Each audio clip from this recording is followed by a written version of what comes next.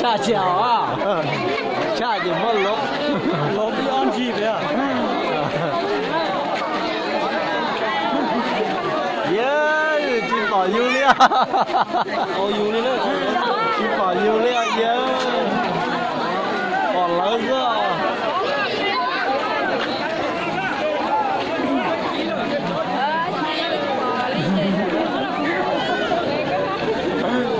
Chim bò Julia.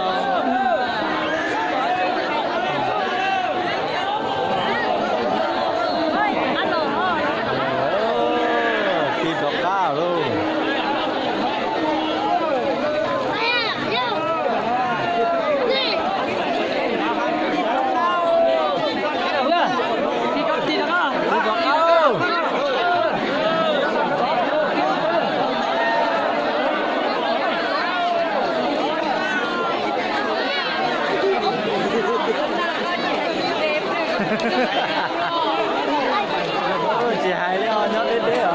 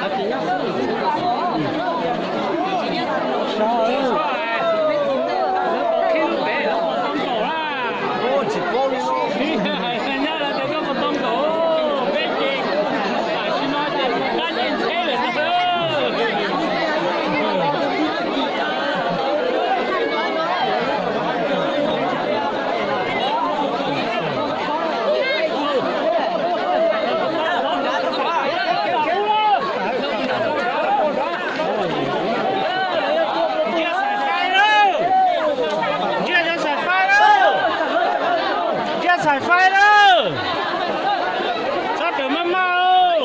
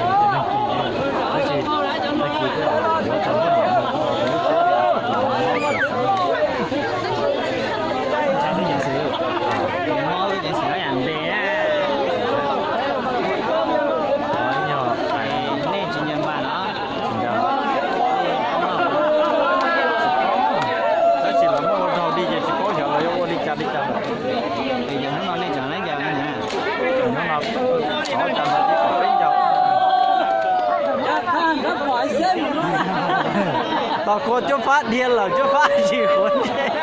Này chưa phá là tôi chỉ sáng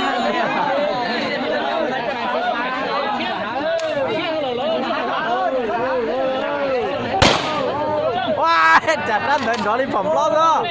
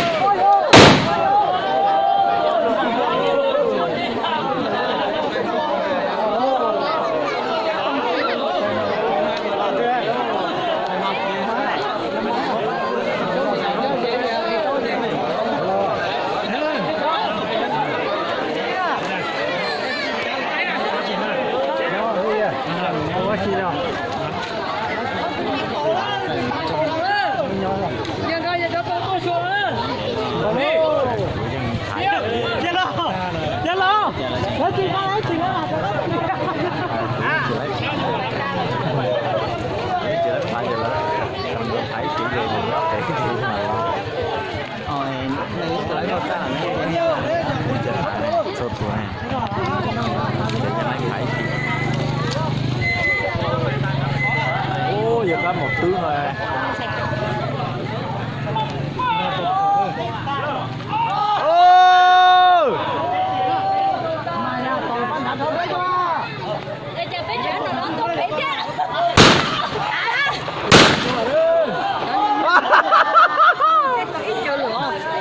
Wow, này wow nó đi đó. Đi tục khỏi đâu nữa. Đi tới đây. Đi tới đây còn chơi nữa. Chỗ đó đi. Nó lên lại à? Ô, để cho nó đi cùng chơi đôi các cuộc này hết rồi. Bây giờ. Rồi rồi. Từ nó tan rồi. Nó còn trang nữa chứ đó.